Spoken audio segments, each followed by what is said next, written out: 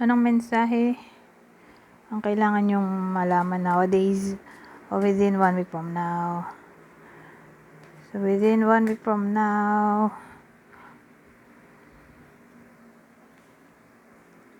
well, ang dating dito, relationship problem. So, expect natin na yung iba sa inyo ay magkakaroon ng relationship problem o work problem. Kanino kaya tatama yan? Bibigay ako ng clue para alam nyo kung para sa inyo ba yan o hindi. H. Best friend. So, best friend sa work siguro. Baka magkalabuan, mag-away. Pero hindi naman siya description. Pero, hindi naman lahat ay may best friend. Tulad ko, wala naman, ay may best friend pala ako. Hindi ko nang nalimutan yung best friend ko. Hindi kasi kami palagi nag-uusap. Taga malapit. So, hindi to long distance relationship. So, kung long distance relationship kayo, yung meron sa inyo, eh, huwag kang mangamba. Dahil ang affected lang nito ay yung wala sa long distance relationship. Ox number 2, 1913, 1925, 1937, 1949, 1961, 1973, 1985, 1997. O pwedeng karelasyon. O ikaw, pinanganak sa number 2. O pinanganak sa February. February. O ang karelasyon mo ay Taurus. Ayan. Kung ganyan, beware. Bald.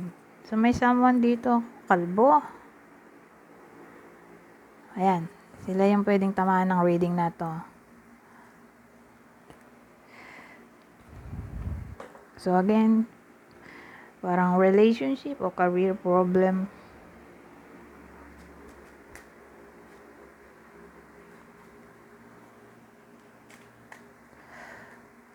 Wow, ito, magkakapera. Yung iba sa inyo, pwedeng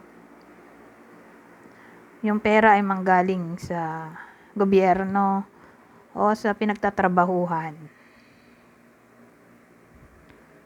Ano siya? Unexpected money o small money? Small amount of money?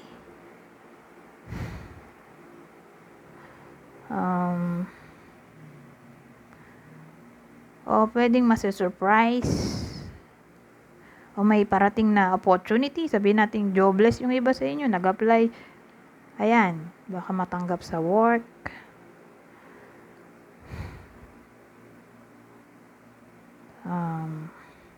Ewan ko. Parang may opportunity na paparating para sa iba sa inyo na magkukos ng happiness. Pero hindi big happiness. Kung saan yan, big happiness o big celebration. Ito kasi ano lang to eh. Clova.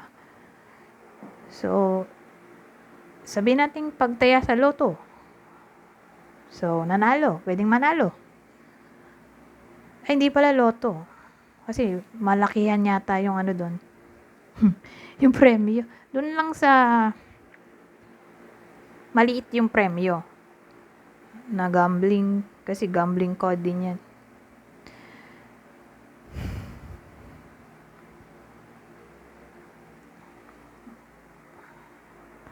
Ewan ko, parang may chance. Yung iba sa inyo,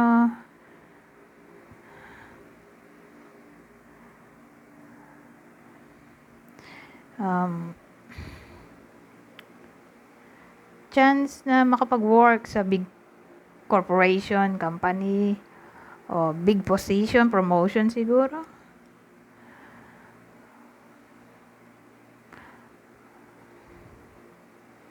O sabihin nating may asikasuhin na documents.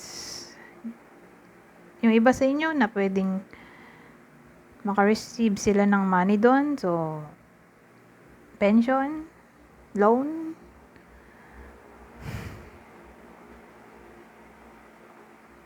Yun lang naisip ko.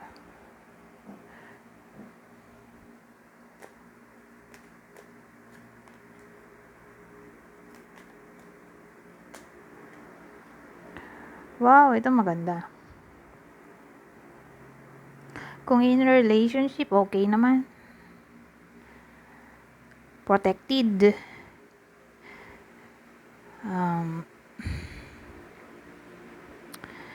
Yung iba baka ma-fall in love sa boss nila o sa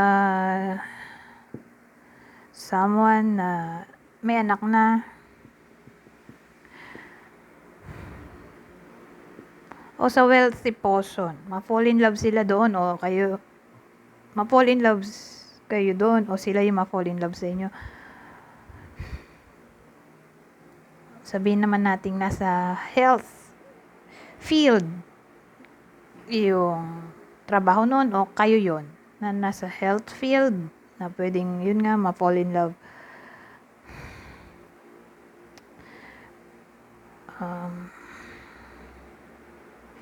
O pwedeng yung karelasyon kung meron man ay magbigay ng money sa iba sa inyo. Ganon, parang makaka-receive ng big amount of money. Yung iba sa inyo, kanina small, pero ito big. Pero particular dun sa may karelasyon. Siguro ito na yung bonus para sa iba sa inyo. Yung bonus mabibigay lang sa asawa. Lalo na kung pamilyado. Bonus, 13th month pay.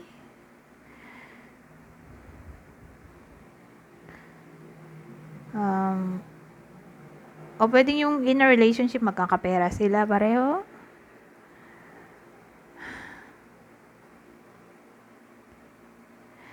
O pwede rin namang, halimbawa, single. Magda-diet daw siya. Dahil inspired siya. So, dahil inspired siya, may crush siya eh.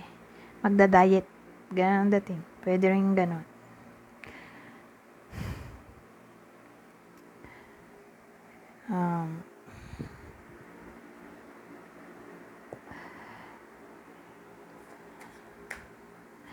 Ibang mensahe, workplace romance.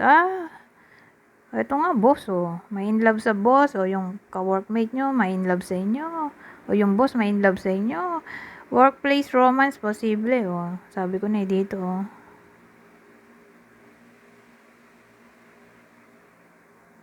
So, again, either kayo yung may in love, o sila may in love sa inyo, pwedeng boss o ka-workmate. Yung iba sa inyo, kaya nga magda-diet yung iba, kasi may crush siya. Crush niya yung ka-workmate niya, pwede rin ganun, o boss. Love language affirmation.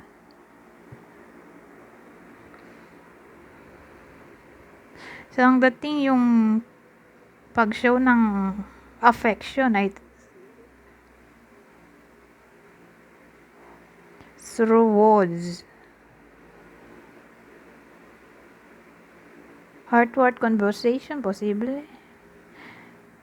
Para sa iba sa inyo, lalo na siguro kung dito mangyayari yung romance sa workplace.